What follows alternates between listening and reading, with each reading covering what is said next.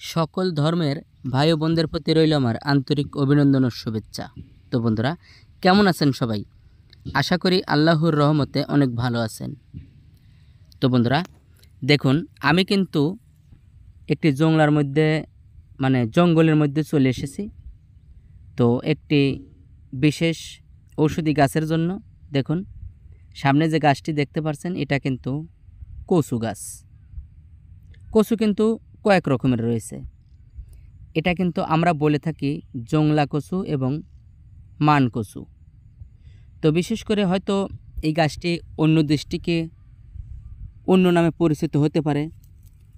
অবশ্যই আপনি কোথা থেকে ভিডিওটি দেখছেন, আপনার এলাকায় কী নামে পরিচিত আমার কমেন্টে জানাতে ভুলবেন না। তো বিশেষ করে দেখুন, আমি গাছটি তুলে নিছি।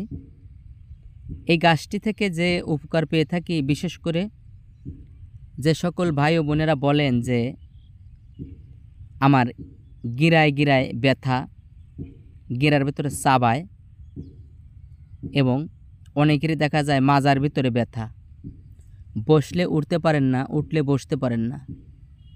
যখন বসে থাকেন তখন ভালোই লাগে, যখন উঠে দাঁড়াতে চান তখন কিন্তু আপনি মাজাটা সোজা করতে পারেন না।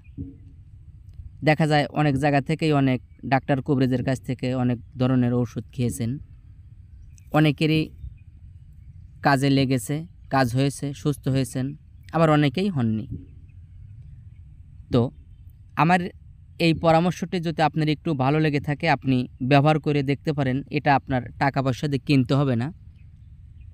এটা আপনি আপনার বাড়ির আশেপাশেই যে কোনো জায়গাতেই বা জঙ্গলে আপনি পেয়ে যাবেন।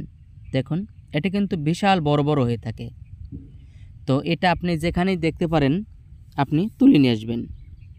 তুলে নিয়ে এসে এই উপর থেকে এই ছালগুলো কেটে ফেলে দিবেন।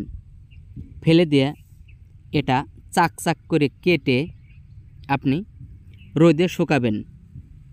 শুকিয়ে এটা যখন আপনি খাবেন, তখন এটা আবার গরম পানি দিয়ে একটু ভাপ দিয়ে নিয়ে এই পানিটা ফেলে দিয়ে এই কচুটা যে কোনো পাটা অথবা ফেঁড়ার উপরে রেখে এটাকে পিষিয়ে বেটে নেবেন।